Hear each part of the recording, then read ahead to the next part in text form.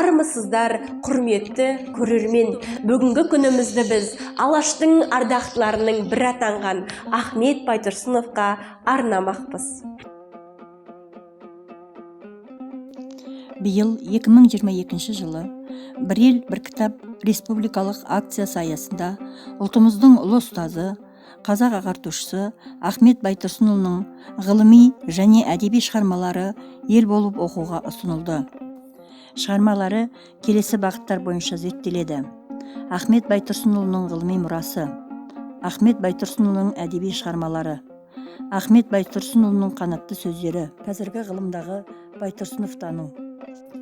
Осы акция аясында біздің колледж кітапханасының басшылығымен «Бір колледж, бір кітап» атты кітапхана оқырмандарына, яғни оқытушылар мен шеберлер, студенттермен бірлесе отырып, қарашаның 3-4 күндері дөңгелек үстел отырысы өтті.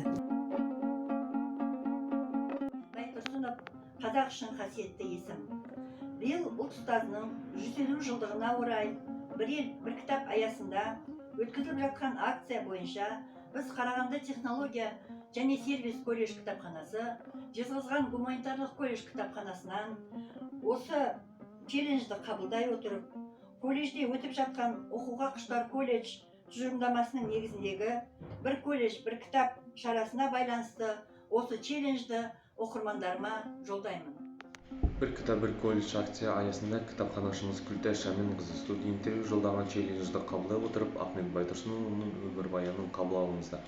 Ахмет Байтұрсынұлы 1872 жыл 5 қыркүйек, қазіргі Қостанай облысы Жангелді ауданы Ақкөл ауылы. Қазақтың ақыны, публицист, қоғам қайраткері, аудармашы, Алаш орда үкіметінің мүшесі. Балалар бұл жолы басты даналыққа, келіндер түсіп байқап қаралыққа. Бұл жолмен бара жатқан өзіңде көп соларды көре тұра қалалыққа. Даналық өшіне шарқы кетпес байлық, жүріңдер іздеп тауып балалықта. Ахмет Байтұрсынұлы анама хат. Қарағым, дұғагөйім, қамқор анам. Арнап хат жазайын деп алдым қалам. Сен онда, мен мұнда аман сақтап, көруге жазға еді хақта қалам. Бара алмай өтірікші болып әбден, Семейдің түрмесінде отыр балан. Мал ұрлап, кісі өлтірген айыбы жоқ, үкімет өр зорлыққа не бар шаран. Үмітсіз шайтан болсын деген сөз бар, жолдар көп жәннатқа да тарам-тарам. Оқ тиіп, оны ішімде ой түсіріп, бітпеген жүрегімде бар бір жарам. Алданып тамағыма оны ұмытсам, болғандай жегенімнің бәрі харам. Адамның туым адам ісін етпей, ұялмай не бетіммен көрге барам. Көп айтпай қысқасынан сездіретін, баланың мінезі бар сөзге саран. Кетер деп суға құлап, отқа түсіп, қайғы жеп менің үшін болмалы. Челленджді қабылдай отырып, Ахмет Байтұрсынұлының оқуға шақырту атты шығармасын қабыл алыңыздар.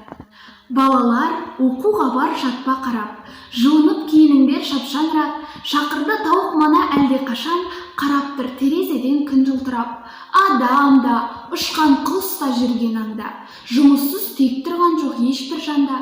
Кішкене қолыңызда жүр жүгін сүйреп, барады араларда ұшып балға.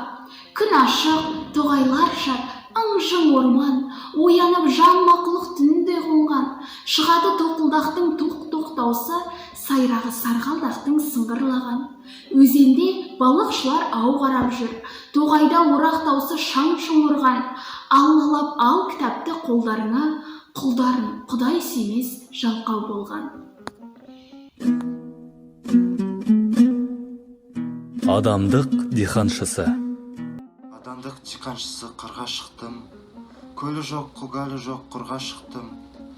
Тұқымын адамдықтың шаштым, ектім, көңілін көтеруге қол халықтың. Қор болған басқа бейнет, құлдарға құлдықтың жоқ артық зейнет. Оттай бер жануар екі аяқты, адамдық хайуанға қанша қажет.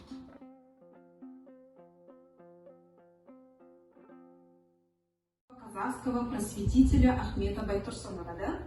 Никогда не нужно забывать, что на самостоятельную жизнь вправе претендовать только тот народ, который говорит на своем языке и имеет свою литературу. Это сказал у нас кто?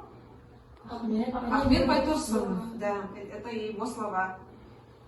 Значит, цель сегодняшнего мероприятия – это знакомство студентов с жизнью и творчеством великого казахского просветителя, тюрколога, языковеда Ахмета Байтурсынова. Мақтанып, сары шымшық шалқып тасты, теңізді өртеймін деп лақап шашты. У-шу боп бұл хабарды естіген соң, теңізді тастап, құстар үркіп қашты. Таң қалап, тамашаны көреміз деп, алыстан аңдар келді әдейі іздеп. Адамды түс-түс жақтан келе жатыр, лек-лек боп топ-тобымен маңдап жүздеп.